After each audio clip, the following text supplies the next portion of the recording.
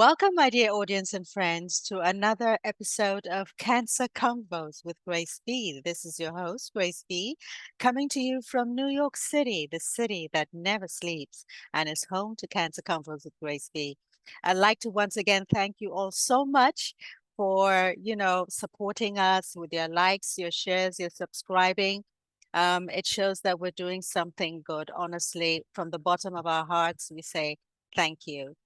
Um, in this episode, I'm bringing on a guest, which I should have in February when we were celebrating and supporting Rare Disease Day. Unfortunately, he wasn't available for us to speak with. But today, this month, I am very happy that he's been able to come on board. Without spilling too much of the beans, I will be introducing Chris White, who is a powerful advocate in the rare disease space.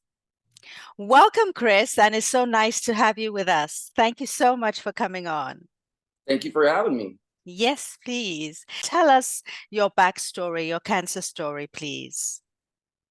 Yeah, absolutely.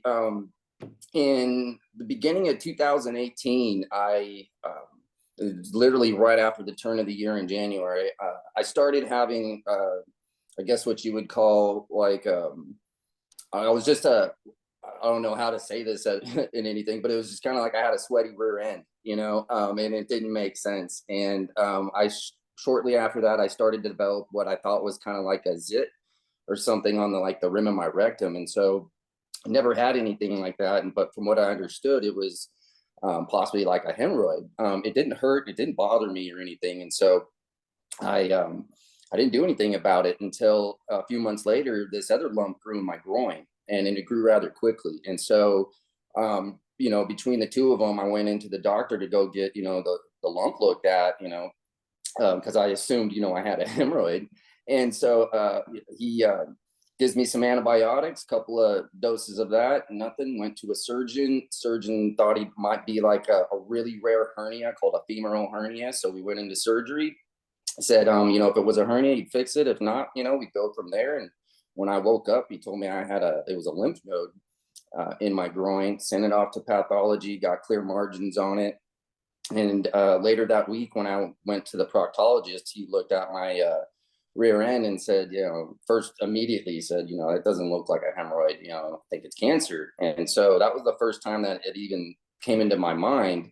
And the next day I got the phone call and said, hey, it's a metastatic form of malignant melanoma. Don't look it up and don't tell your family. Here's a number for the oncologist. Go ahead and make an appointment and, go from there. But, if you don't have any answers, don't let them know. And so, I let my family know and everything. They came with me to the oncologist. They told me, this is something extremely rare. You need to see a specialist, and so I always respected them for that.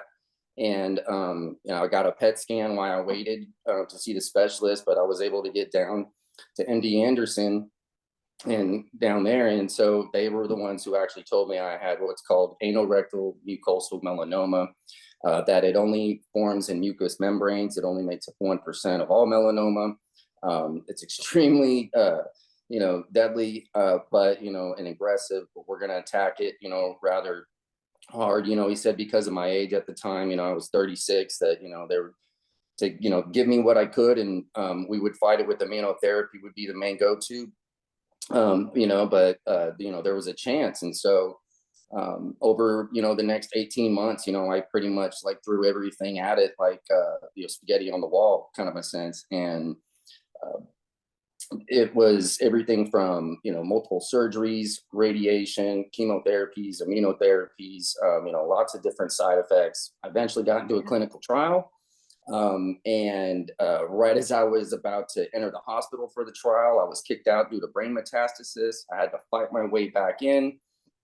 And I was able to get some radiation to stabilize that, made my way back in, and then did all my whole trial experience with the hospital stay in January of 2020. I was released from the hospital, and within less than a year, I had a complete metabolic response, and I've been clean ever since. Oh, wow, that's fantastic. Tell us, what was your clinical trial experience like? Because for some people, Comme ci, comme ça, as the French would say, half and half. But how was yours? Mine was actually really good in terms of the overall experience of. Expectation, yeah. Yeah, at the time it was either that or going to do something that was probably not going to work permanently. And because it was between my clinical trial, which was TIL therapy, or doing a single dose of immunotherapy with a chemo. And I had done a couple of different chemos. I had done lots of immunotherapy, and just the confidence wasn't there, that Mhm. that was going to be a permanent thing. But the way they described the clinical trial to me sounded like it would be the one. And so I was really just kind of welcome to the thought of it all, because the way they explained it, is that they take a tumor, they Mhm. extract it from your body, and then they send it off to a lab. And then they're able to take the specific cells, that multiply and cause all the damage. And then, they take it, and they put it into billions. You normally have those exact same cells in your body, but they get overrun by the cancer. And so, you get these tumor infiltrating lymphocytes. Mhm. And when you get just a massive amount of them, they can like overrun, and they're like a giant army. And Mhm. so it's like, the cure for your own cancer is literally within you and your own cells. So it's not like you can go anywhere else and go get like a concoction of some medication or something else. It's literally taking your exact cancer, and it's like, use it to fight itself. And so it just made so much sense to me. And the way they described it to me was just, like Pac-Man, in your body, and you take Pac-Man and multiply and put them back in. And there's so many Pac-Man that they go and they eat all the cherries and dots until they're gone. Yeah. And so, I felt that this was going to be it. And so, they extracted a lymph node, actually grew back in the exact same spot that my very Oh, first, wow. lymph node, surgery came back. And so that was another surgery to that same spot. And they sent it off. But while I was waiting to get into the hospital admission, I ended up clinically declining. And You so ended that up what? In the I ended clinic? up clinically declining. Okay. Yeah, Oh, and so that part was extremely scary, because I needed to make sure I was strong enough to go through the hospital stay, because what yeah. they end up doing is, a week before, those T cells are grown, it takes about 22 days, and then they put them back in your body. But right before they put them back in your body, you got to go into the hospital and do lymphodepletion. So they put you on two different chemos for Mhm. 5 days that bring your white cell count down to zero, so your body's a Yeah. blank slate. And so then when they put the TIL in there, and then afterwards they follow up with up to 6 doses of IL-2 interleukin, Mhm. and that basically it kind of jump starts it. So I Mhm. explained to everybody that it's like doing a hard reset. You turn the dial all the way down and you crank Yeah. it back up, Mhm. and and that's when it sends it through your body. So I ended up spending a total of about 12 days in the hospital. I already had a port, so they did a PICC line. Mhm. The chemo part, wasn't terribly bad for me, is what I remember. But the most intense part about the whole trial was, the IL-2 gave me rigors, and If you so what? it gave me rigors, Okay. and that's basically you have like fever, you're shaking, convulsing, It's and like it when you're about to have a flu of some sort, worse, right? worse. Worse. So I you mean, can imagine. you can't stop it, you can't control it. I mean, I had people like putting all these extra warm blankets on me, feeding me water, and it would go for about 30 minutes, and then they would dope me up Wow. with like Demerol, or I couldn't even remember what it was, but they would dope me up, and then I would pass out. Mhm. But so it'd be like 30 minutes of violent shaking and then a 30-minute nap. But I went through 6 rounds of that. In the hospital stay, hospitals aren't made for your comfort. You know what I mean? Like it's a hospital bed. They want you in, they want you out. But um, that was kind of the most uncomfortable part. Just kind of living in the hospital again. And so Yeah. and 12 days is actually not bad compared to a lot of the other folks that end up going through that trial. But the staff and my oncologist, at the hospital, that I did do my clinical trial out in Colorado, were just like so warm and so welcoming and everything, and just made it all real comfortable. So, it was the people really that kind of made the experience. So I mean, that's why I speak so highly of that clinical trial and that experience. I want to go back to that clinical trial part because um, I'm involved in a lot of this stuff, and I've had conversations with people who, like, I lost a friend of mine last year because he was awaiting a clinical trial from one of the top hospitals. Mhm.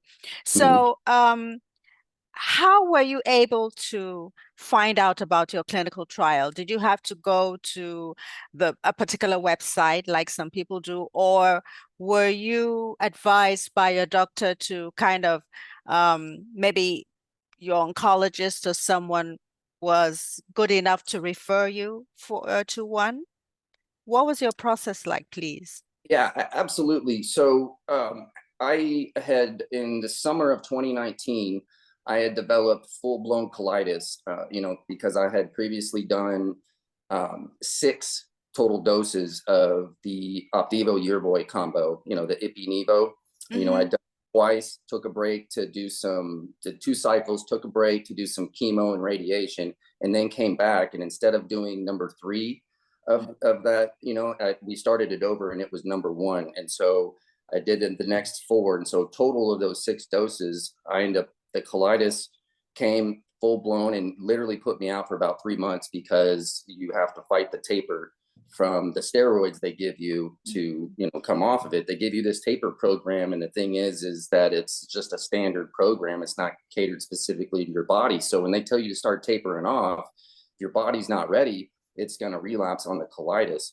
And so after I got done fighting all the colitis, and that's when they gave me those 2 different options. You either, do Okay. this chemo with an immunotherapy, or you should do TILs. And, I was all about the TILs, but has been running those programs for a very long time. But at the time I was there, they didn't actually have one and going, but they did say that, Iovance, that Iovance was doing one, and that they're all over the place. And he basically said, here's their website, look them up, Mm-hmm. and find a location. And once you find a location, let me know, and I'll make the phone calls. And so I said, absolutely. And I looked on the list, and there was like 50 some odd locations, and half of them were in the U.S., the other half were international. And the closest one, and the one that also made the most sense to me, was in Colorado. I live in North Texas, and it was in Aurora, Colorado, and that's where my grandparents lived. So I was like, this is a sign, because if they're like 5 minutes away, I'd have a place to stay, and some extra caregivers and everything. And so, but yeah, it was my oncologist, and it said, you need to do, you should do TILs. Or he didn't, I don't think he specifically said he gave me the option. The And options, yes, yes. they're not like allowed to, say here, but, Yeah. when he gave me the option, it was like, what are the 2? And it was kind of like, if it was going to be, you know, if it was, this was it, I was going to try something, I was going to try that. And so that was literally it. I mean, like, if they would have had the TIL program, I'm sure I would have done it there at the time. Mm-hmm. But I couldn't be more, happy and proud of, them, basically kind of referencing, here's where it's at, pick it up, make the call. Because, when you have the type of cancer that I had, it's so aggressive that their time is not a factor. You can't wait to see if there's an opening. You can't wait to see what's going to You happen. I have mean, to be proactive. You have to be get all moving. over the So place. yeah, oh yeah, proactive, not reactive. And so the way that their process worked with this trial, I mean, they're pioneers in it. So Yeah. like, they're top of the charts right now. And I mean, the way they put out the timeline of, you do your consent, you have your construct or your extraction, and then they told me the timeline from, they ship it off to the lab, and then they engineer it and then send it back. And then, I enter the hospital. so all that made sense to me. And so, Yes. if I didn't actually have my brain metastasis, I would have ended up getting into the hospital that December. And so, but since I had that brain metastasis, it got delayed. But the trial was closing. It had been around. That treatment's been around since the '80s, and so Wow. it but it's always been in a clinical trial since. And so, but this one, it was like literally it started, I think, in 2015, for the first couple of cohorts, and I was in cohort 4, and it was like they were holding the door open, like it's gotta close, you know what I'm saying? And so, I was in this rush to get everything done to get in. Yes. Oh, wow. I'm so thankful for all that you've been through and you're coming, you've overcome, because when you hear that, you've got something that aggressive, my God, mentally you're like all over the place, which brings me to ask, what was your while you were going through all this, what was your emotional state like? And, those of your caregivers. So for myself, deep down, I was so scared. I'm not gonna lie, I was Yeah. definitely, frightened, but you wouldn't see it on the surface. I kind of put up this facade, of this optimistic, positive, like if I'm going out swinging. That's the memory I wanted people to have of me if I was going out. And so it was, I didn't really face and talk about, any of the morbid kind of things. Mm-hmm. When it came time for me to fill out my will and my, all of that stuff right before I entered the trial, I mean, I was very hesitant, did not want to do it. The only real time I kind of started getting very emotional about it was when, I was clinically declining and they told me I had brain metastasis, basically like the last month or so before I actually got into the trial or into the hospital for the trial.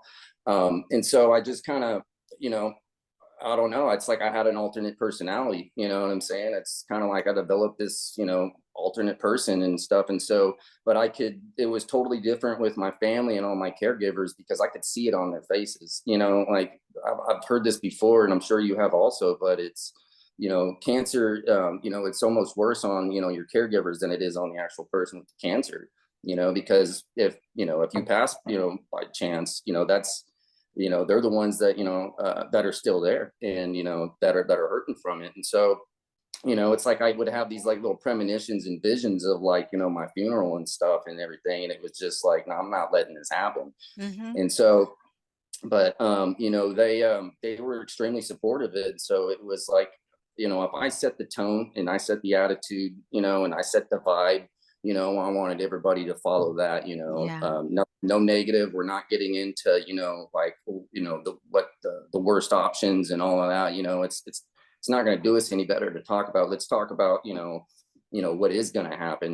Let's kind of will it into fruition, if you will. You Into know what I mean? existence, yes. Yeah, the whole theme for everything, especially that Christmas of 2019, was believe. And so it's like if you believe, that you can do something, or that yeah, I mean, if you want it bad enough and you believe in it enough, and then you can will it to happen. I mean, I don't know how I did it, but it was just kind of like I would do anything to beat it. So and that's basically kind of how it went down. So my family and everything, God bless them, for helping me out, sticking around. I mean, I couldn't have done it without them. I mean, I'm single, didn't have any kids and everything, and so my siblings and my parents and grandparents and some friends. I mean, they just it was awesome. That I mean, support system is so needed during it's that huge. time. Yeah, it meant everything. Yeah. Absolutely.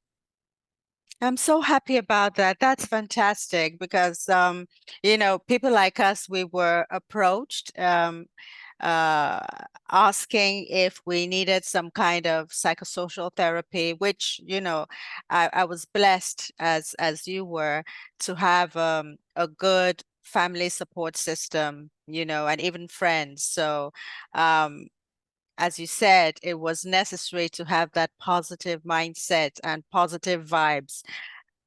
If you will it, it comes to pass, right?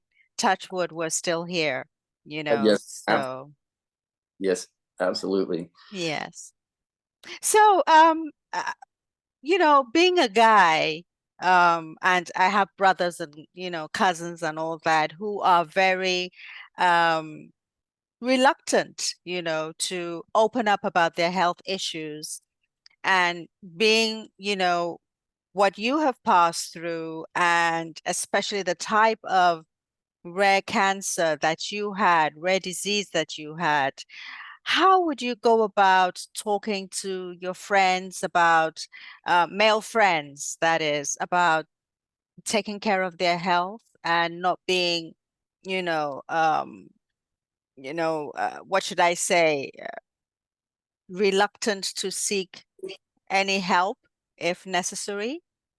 I know exactly what you mean. Because after my first symptoms, when I thought I had a hemorrhoid, you know what I mean? Like I'd never had one before, so for me to assume that that's what it was, was stupid. It was, you know, like that's not a normal thing, just to have extra things grow on your body that aren't normally there. And so it was, I don't know why. I mean, I guess I kind of do. It was probably in my head of, I didn't want to take off of work, and it's all about finances. Basically it all boiled down to finances. If you take off of work, then you're not at work, and then things, fall to the wayside, and then you gotta, take time to, put it back together, and it's more work to do that. So you always try to avoid missing work, and so in that kind of a sense, and I know a lot of guys kind of have that mentality, you got families to take care of and everything like that, but if you're not, healthy enough and you're not alive to take care of your family, you can't do that. And so,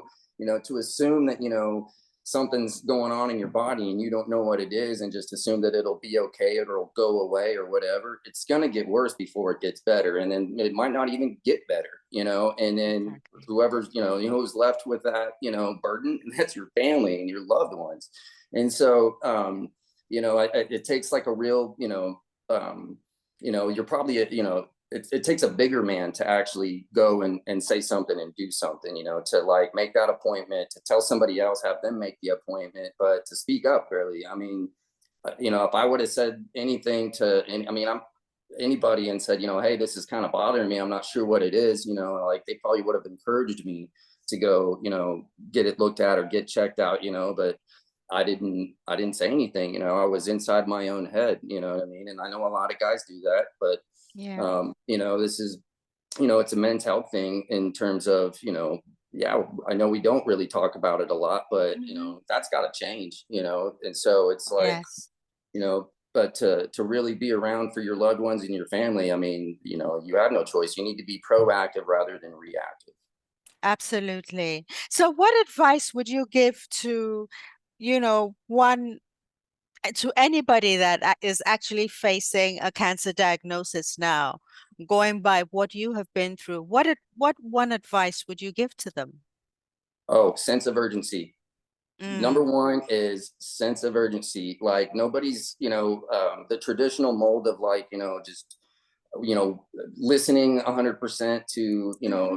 the doctors and the medical field and everything. Hmm. This is the age where, the information is everywhere. And so doctors are learning at the same times that we are on a lot of these things, especially on rare cancers, Yes. and like that. And so, between all the different support groups, but, the patient experience, from other people actually talking about, their deal or their experience, you know, uh, I mean, especially the more rare it is, because, imagine, a doctor, an average doctor, and if they're not a specialist, but the average doctor, they don't see my type of diagnosis, like maybe never, if maybe a handful of times in their life, and so, being like, the patients as partners, you got, that's how, to think of it like that. But your sense of urgency, in terms of, Yes. scans, follow-ups, appointments, Hmm. medications, treatments, how when it's, I used to build, new home construction,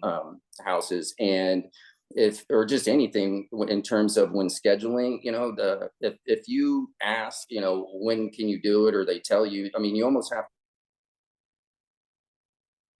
done by now, and so if somebody says, oh, we can get you in 2 weeks, you do everything you can to get it in quicker. I mean, time is not always a luxury, and it's, I wouldn't ever imagine that, just waiting and see would be a good thing in terms Mhm. of, any kind of cancer diagnosis. I mean, because in the mind of all patients, I would imagine would be, you know, I don't want this. I want it out of me immediately, Mhm. and I want to know for sure that it's gone. And so it was like, everything in life, pushed aside. Now the focus is, sense of urgency. Let's really dig into to everything and become a patient as a partner, you know what I'm saying? Patient experience, in searching out for that to other patient experience to kind of see, their opinions, or what maybe worked for them, what didn't work for them, and those kind of things. But in terms of, you know getting your treatments done, getting scans done, whenever everybody's busy and all that. But if you kind of set the sense of urgency with the doctors and let them know your availability, that you'll move like heaven and earth to get in, and do what you got to do, then Exactly. they're more likely to probably be like, okay, well, maybe there's an opening or something will pop up, or you can come in. Mhm. I mean, a perfect example I use for this, and this is why my sense of urgency is such. But when I very first got diagnosed, I went to my initial oncologist here in Texas. And when they said, I needed to go see a specialist, and they were explaining, some things to me that day, well, their head nurse, PA, she got me dialed in for a PET scan the very next day. And not only that, to fit me in, my appointment was literally before the place even opened. So that's how they were able to fit me in. That's how big of a sense of urgency. So I was like, if they're showing that big of a sense of urgency, I need to do it. You know what I mean? So, Yes. but yeah, Oh, wonderful. That is, that hit home, sense of urgency. You absolutely. understand? 100. Because you are Anything. now in control. Now that you know that there's something not quite right, you are now in control to be able to see it to the end. What do I do? What resources do I need? What questions should be asked? Who should answer them? And yeah, they say Google is your friend, but ask the experts and not just, Yeah, go to Google, because as you rightly said at the beginning of, the show, you know, they told you not to look it up. Do you understand? Because you get scared when you read these kind of things. exactly. The more rare it is, the less information is going to be out there. And the Yeah. information that's out there, is, most likely outdated, and, Mm-hmm. especially case. And so, when I was diagnosed, I barely looked it up. And that's, I never did it after until down the way. But it was, everything was, there was nothing current, like up to date, nothing, and there wasn't the stuff that you had to really search to find anything current. And there wasn't really a lot of survivor articles, and so my main thing was I wanted to be able, if I ever made it, I wanted to be able to make enough content to where when somebody else would go to, Google or, research, this type of cancer, that they would, what would pop up would be a plethora of, the articles and, my story of Mm-hmm. such a thing. So, it's like there's a positive experience or somebody Mm-hmm. who made it, and Yeah. so not all doom and gloom, and so, Yes. but unfortunately, yeah, the more rare it is, probably the less, that's out there about it. But patient support groups, are probably one of the most number one things, because they've lived through it. Instead of going to the articles and the doctors, it's like the actual person that's been through it. That's who, I mean, especially for me, that's who I wanted to reach out to. Mm-hmm. Mm-hmm. And the last time, we had a conversation, you were talking about intergenerational, advocacy, talking to the younger ones coming behind, which is fantastic, about, the rare disease and how to bridge that gap. And I think more of what, you know, um, you're doing is actually needed to be able to bring, because you have the young cancer survivors who are like, hey, what's happening to us? The young women that have breast cancer that will never be able to, maybe have children, or will never, procreate or whatever, because chemotherapy has taken away everything. So bridging that gap, what you do it's fantastic. And I see that, you were talking earlier, I was gonna ask you how you're paying your experience forward, you know. So please tell us more about that because I know a lot of the viewers would like to know that. Yeah, absolutely. So it all just really started with just wanting to share my survivor story to anybody that would publish it. So I initially just would reach out to the melanoma foundations because I have a subtype of melanoma. And so that was initially it. And then, once one of those kind of got published, it was like, oh, that's cool.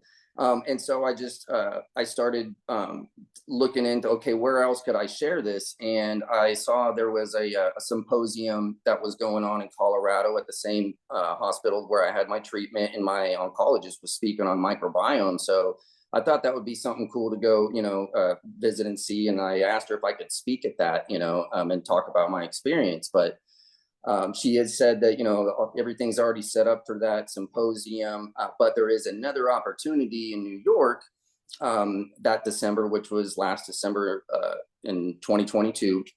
And she said it was specifically about mucosal melanoma. It was a hybrid workshop deal through the Melanoma Research Foundation. And so, and they would pay for, my airfare and, my hotel. And I was like, cool. So I told her, yeah, and she got me dialed in for that. And I was able to go to Columbia and speak on that. And after that experience, I was like, wow, I mean, like, this is intense. I mean, I was literally in this group that was just all about my specific experience. And, it was I was able to see the value of that. And, when I came back from that, I started sending my, survivor story to, other places. And in the meanwhile, started looking into what other kind of, things I could do to help. And so, there was, advocacy days that popped up through the MRF, where you can go to Washington, you do a day or so of training of what they're asked for, and then you go, to the legislative offices, as constituents, and, ask them to support, these bills and things. And so Yeah. that was a great experience. And so, from doing that, I realized, okay, well, there's other groups that do this as well. There's, the National Cancer Survivor groups and Community Oncology Alliance, and there's all, there's a plethora of them. And so I started just reaching out and figuring, okay, what other kind of demographics does my story cross over to, so because, it's not only just a melanoma and a cancer deal, but since it's so rare, it now fits into rare disease. Since I'm a survivor, I fit into a survivor deal. Since I've been through clinical trials, I started looking into anything that had to do with clinical trials. And so, every little part of my experience, I just started branching out and reaching to. So, exactly how I met you, so any kind of podcast or webinars or volunteer deals, I volunteered at the Melanoma 5K and volunteering at the MRF's Denver Gala. Fundraisers. I did a pickleball charity tournament here in Dallas. Oh, you're pickleball. I'm into pickleball too. I just started. My daughter and I. It's really fun, actually. I mean, my Yeah. parents are really into it, and they got a friend who's a director of pickleball at the courts here in McKinney, and so she, between her, and my stepfather, kind of came up with everything. But there wasn't any. There's pickleball tournaments all the time. There's charity tournaments all the time. But here in North Texas, I didn't. There wasn't anything like that going on. So, we figured, hey, that would be cool. And then, the funds we could, raise would go specifically toward mucosal melanoma, because Matt Maraf has the Out of the Shadows campaign. So, it was just trying to think out the box of, okay, where else can my experience, where else is, the value, going to be, Appreciated and yeah. have And impact. so, Yes. yeah, and so it's just like, instead of just staying in this one niche of, melanoma, which are a rare subtype, which is why nobody's ever heard of it, because it's stayed in that little rare subtype. And so, it's, being a survivor, it's like, I wake up every day, I'm like, oh man, I woke up again, and that's, and so whatever happens, it's like, man, no regrets. I mean, because, that could all change. And so, I mean, but unless you go through some sort of trauma or life altering, thing like that, I mean, you don't really think a whole lot about of like, well, should I do this? Should I not do this? It's just kind of like, Nike, You just do just do it. it, Yes. just do it. And it's like, if you need to ask for forgiveness, do it later. You know what I'm saying? I mean, don't Mhm. do anything illegal or wrong or, stuff like that. But I mean, Mhm. if you got an idea and, you really think it could help or, have some reach, I mean, stick to it, and, Mhm. but yeah, I mean, it's all about thinking out the box, and trying to, network and, just reach out, it's just, Mhm. and it kind of takes like an inner, you got to come out of yourself, you know what I mean? And it's got to come from your gut and your heart, you know what I mean? And so, and then if you do that, Yes. you'll get back up all day long. Yes. And it's good for our mental health as well. It's good for Oh, the absolutely. mental health. Well, and I'm glad you brought that up because by doing all that stuff, I mean it's been more therapeutic sharing my experience and Yeah. talking about it than it ever was going to therapy. Mhm. Because going to therapy, I'd have to literally give them the whole background and this and Mhm. that. Like you didn't already know me, and so it's like, Mhm. but by doing this, you're surrounded by people that just get it. That They that get understand. it. Yes. So it's Yes. like, And you can see their reaction on their faces, the yeah, back and forth, communication. You can see exactly. what's going on and know You that can you've feel hit the spot when, you talk, you tell your story, you know. absolutely, Yeah. absolutely. Oh, Chris, this is wonderful. So, how may our viewers connect with you? Your social handles, please. Well, through I'll actually put it on in the show notes, but just for you oh to yeah, mention it. Yeah. actual handle name is it's mucosal melanoma survivor or Okay. at mucosal melanoma. So my Twitter would be at mucosal melanoma, but the majority of my handles are at mucosal melanoma survivor. Okay. That will be in my show notes. All Yeah, no, right. thank you, Thank appreciate you you. so much. So, before we go, name one fun thing about you. One One fun thing. fun Oh, I thing. could. I'm an avid snowboarder. I mean, that's my favorite thing to do. Seriously? Every year Wow. since I mean, at least the last 20 plus some odd years. I mean, I've been doing it for 30 some, years or so, but for the last 20 or so years, I mean, every year for if there was like a spring break or, I had vacation time at work, Hmm. that's what I would use it for. And so, I mean, to me, that's the funnest thing in the world. Like I love adrenaline. I mean, like, well, I remember when I was a little kid, I saw the movie Point Break, and all I wanted to do was go skydiving. And so, when I was in Hmm. college, I ended up going skydiving. Um, Hmm. but yeah, snowboarding. That's my favorite thing in the world. That's another reason why I love going to Colorado. You know, All so right, Chris. So thank you so much for being on our show. And yes, continue to do what you do. You inspire. Okay. I Thank appreciate it. you Thank for you so much. coming. Thank you so much. Appreciate you. God bless you and But see you soon. all right, thank you. Bye.